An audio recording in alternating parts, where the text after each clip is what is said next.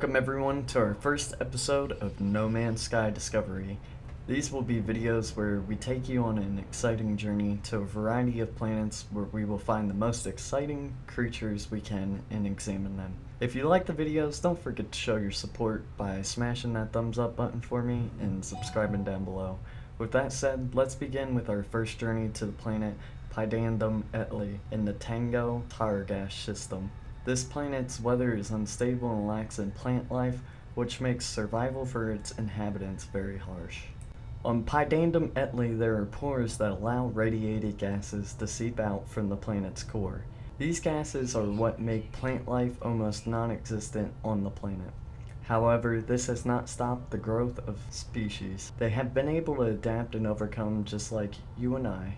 One of the most interesting aspects of the species on this planet is the rate in which they mate. Here we're going to look at our first creature, the Ferretti Oculus. The Ferretti Oculus is a bipedal reptile that is native to Piedandum Etly. It is the only reptile on the planet, meaning it had to develop pretty creative ways in order to survive. The main source of their food is actually their own offspring. The female is asexual, meaning she don't need the males to mate with. However, she will usually choose two life partners to help defend her and to protect the strongest of the offspring. This coexistence between the two help ensure their survival. As the mother hatches her young, she has almost no choice but to share her males with her partners. If the female Ferretti Oculus fails to fulfill her role, the males will then abandon her and search for another female, leaving her defenseless to other apex predators. Unlike the males, the females have two horns on their head.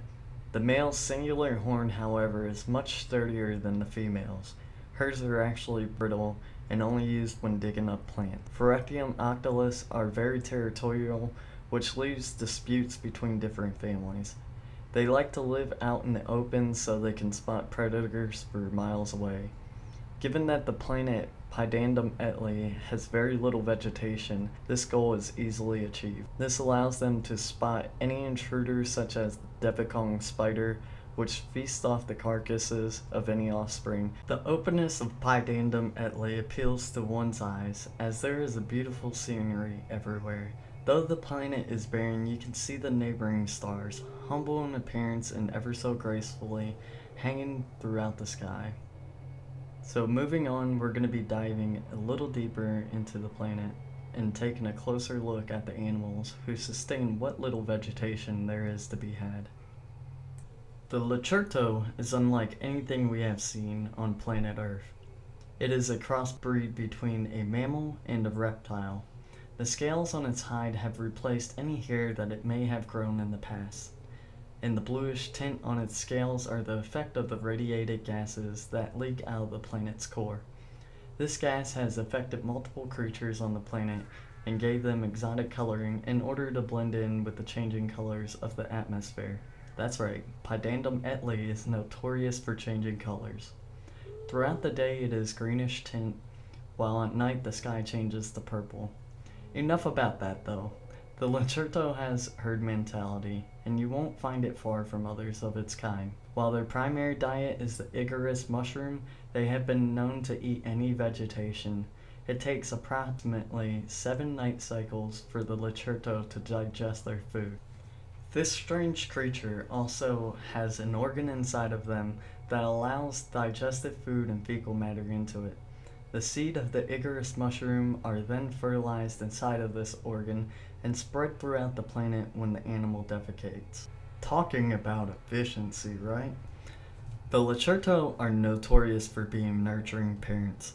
They have around 2 children per breeding cycle. The offspring roam closely with the parents until they mature enough to hunt for food on their own. There is no competition for food, and the males only display horns for breeding rights. Got the largest pair of horns, and you've struck gold. The last and more notable feature of the Littertoe is the small antennas on its back. These antennas are used to release hormones into the air during mating season. The act of them producing offspring is so gruesome that we can't even televise it. This wraps up our first journey on the planet Piedandum Etly. There's a wide variety of other species, but remember, we are looking for the most exotic and exciting ones. This planet was really beautiful, from the changing of the planet's atmosphere to the glorious cave systems. This has been quite an adventure, but I'm ready for some more, and I'm sure you are too.